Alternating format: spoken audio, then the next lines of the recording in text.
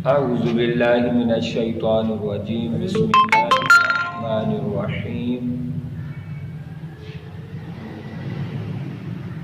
من قال لا الہ الا اللہ محمد رسول اللہ دخل الجنۃ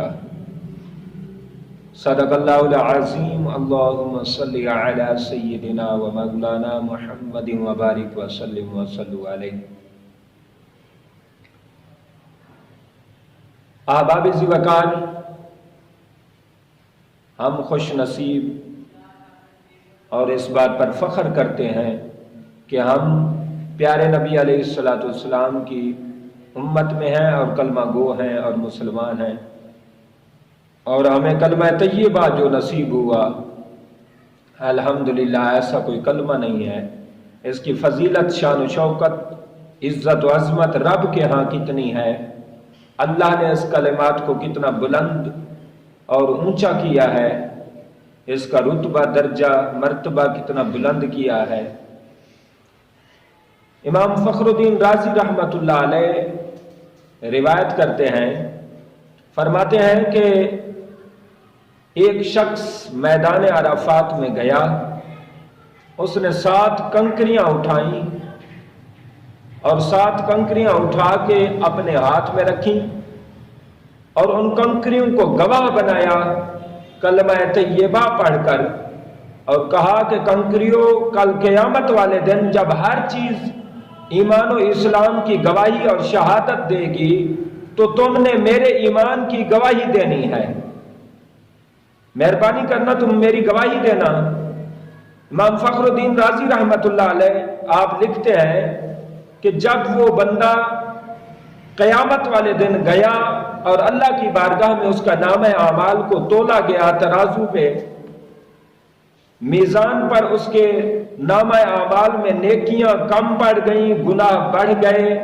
اللہ کا آرڈر ہوا کہ اسے جہنم میں ڈال دو۔ فرشتے جب اسے جہنم میں لے کر گئے تو جہنم کے پہلے دروازے پر وہ داخل ہوئے تو اس کی جو 7 کنکریاں تھیں ان میں سے پہلی کنکری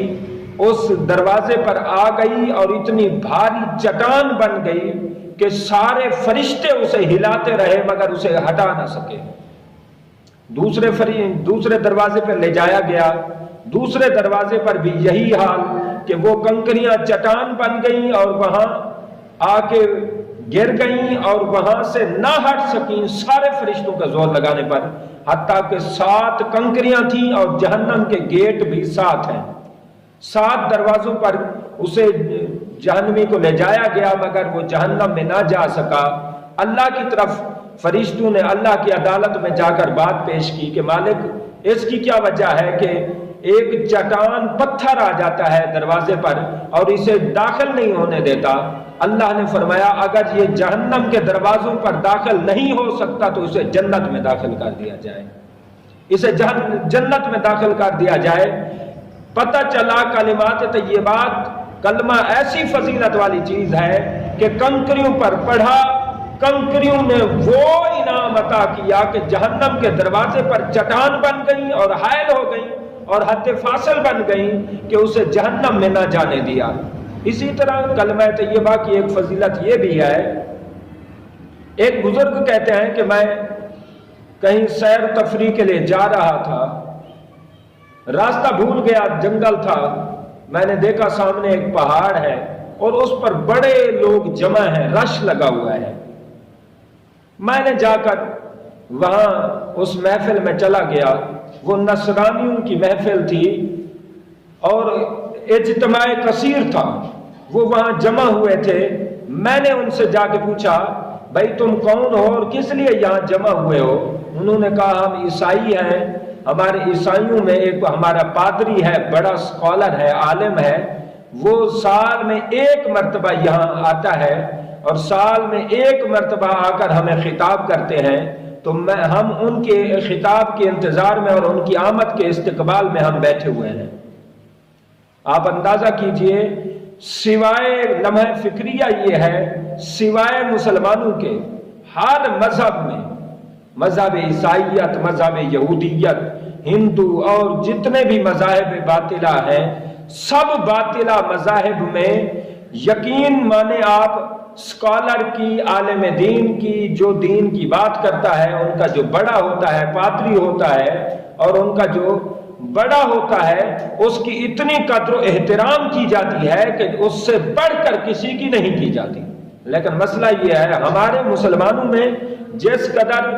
دینداروں کی حقارت کی جاتی ہے، تحقیر کی جاتی ہے، اتنی کسی دین میں نہیں کی جاتی۔ یہ ہمارے لیے لمحہ فکریہ ہے، اور جب ہم اپنے علماء کی قدر نہیں کریں گے، احترام نہیں کریں گے، تو ان سے فیض کیا حاصل کریں گے؟ ان کا لیکچر کیا سنیں گے؟ ان کے خطابات کیا سنیں گے؟ بزرگ فرماتے ہیں میں بھی ان میں بیٹھ گیا کہ سنوں کہ کیا کہتا ہے وہ، تو میں بیٹھ گیا، حتیٰ کہ تھوڑی دیر میں وہ پادری، وہ عیسائی، ان کا بڑا آ گیا،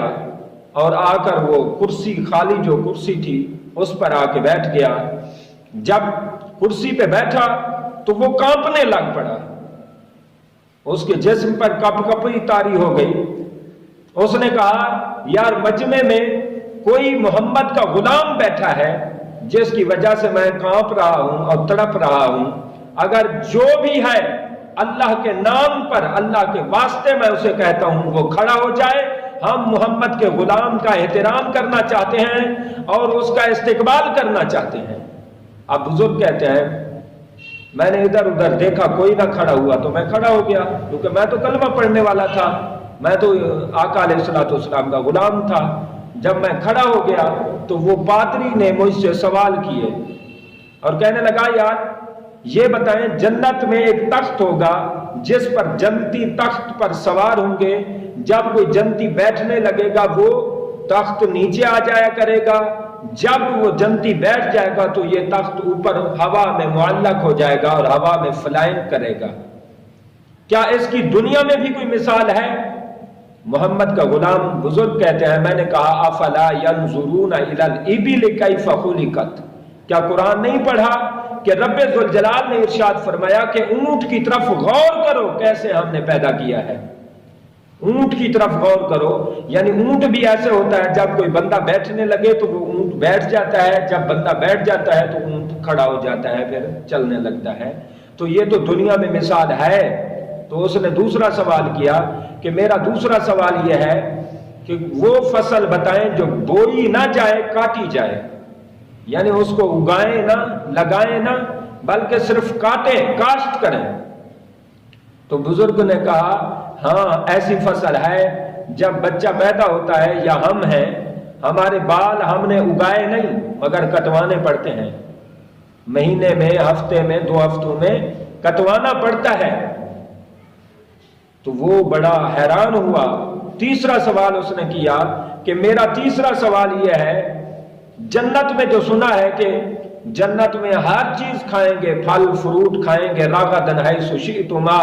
ہر چیز ہم بغیر روک ٹوک کے کھائیں گے، کھلے عام کھائیں گے،